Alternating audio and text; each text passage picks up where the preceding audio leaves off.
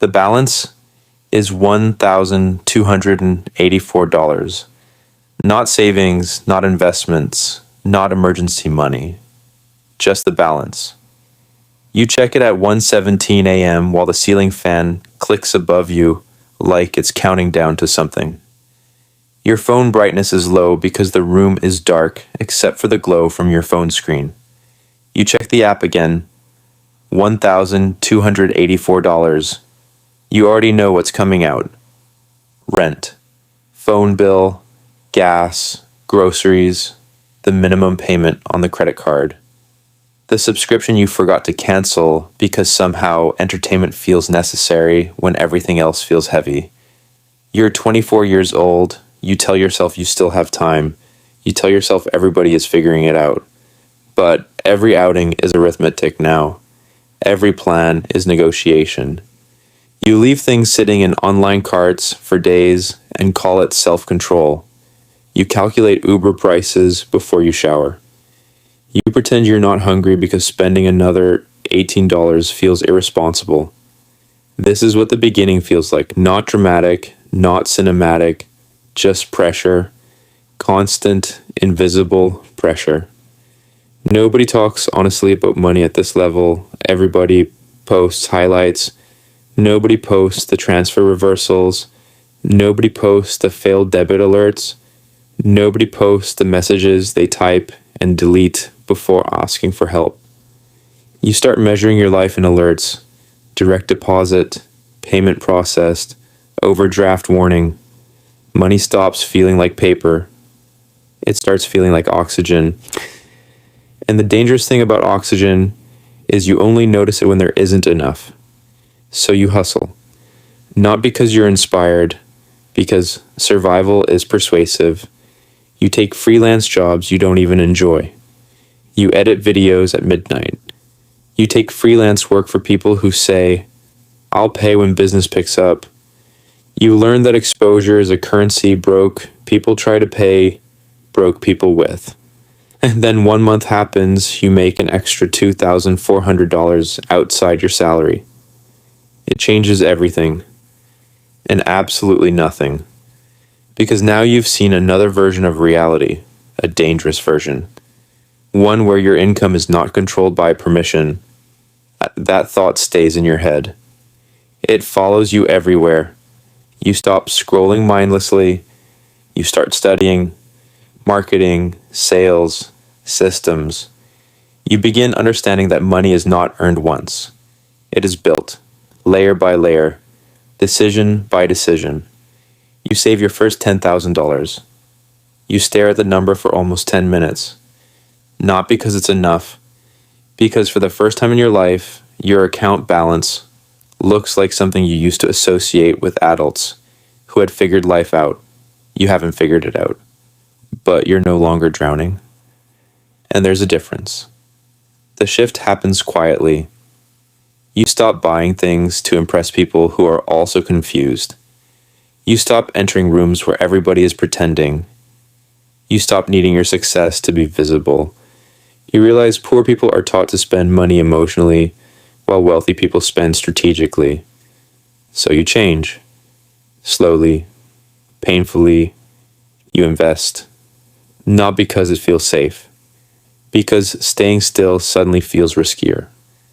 The first investment goes red. You panic. You refresh the app every hour. Then you leave it alone. Then it recovers. Then it grows. And now your brain changes forever. Because you finally understand compounding. Not the definition, the feeling. You cross $100,000 net worth before 30. Some of it is cash, some of it is equity, some of it is simply leverage disguised as opportunity. Your parents start speaking differently around you. Friends start asking strange questions. How much did that contract pay? Can you connect me? Can you borrow me something small? You learn that money doesn't just change your lifestyle. It changes your relationships. You say no more often, and every no costs something. You turn down trips. You avoid unnecessary spending. You stop funding people's irresponsibility just to avoid guilt. At first, it feels selfish. Then you realize boundaries are often just discipline viewed from the outside.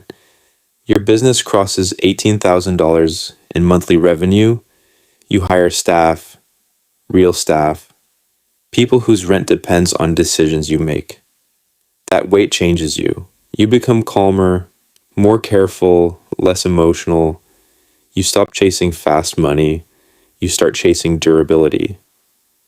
The first time your investments make more money in 1 month than your salary used to make in a year, you sit in silence. Not celebration, recognition.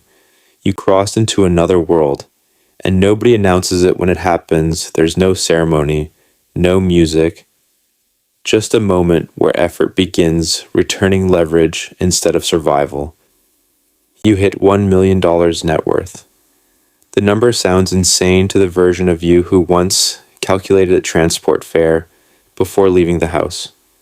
But the strangest part is this. You still feel like yourself. You still remember every declined transaction, every embarrassing conversation, every moment you pretended things were okay because explaining the truth was exhausting.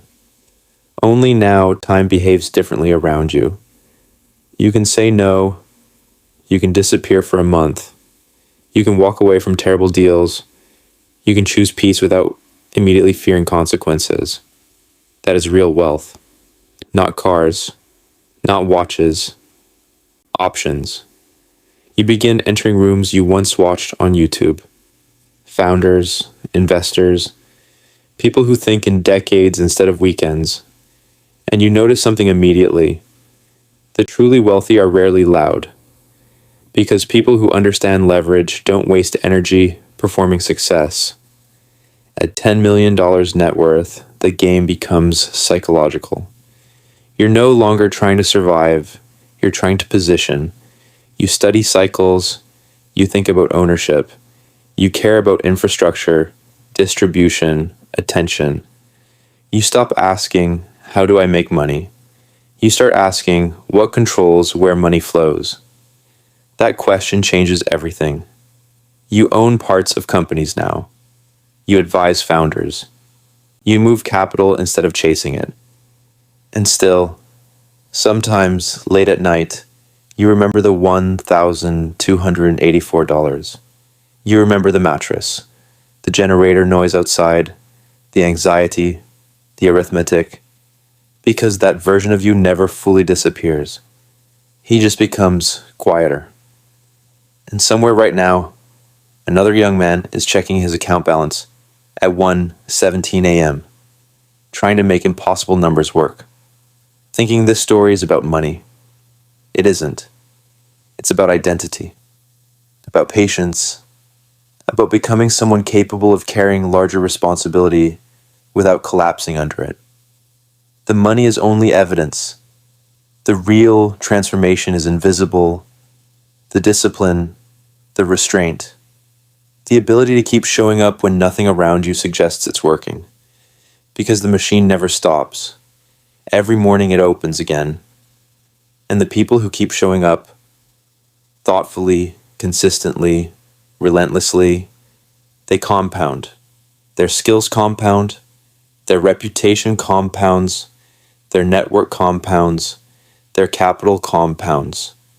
And eventually the life they once thought belonged to other people starts responding to their name. The balance is $1,284. That's where the story starts, not at the millions, not at the victory, not at the freedom. At the moment someone decides they will no longer live accidentally. Everything after that is compounding.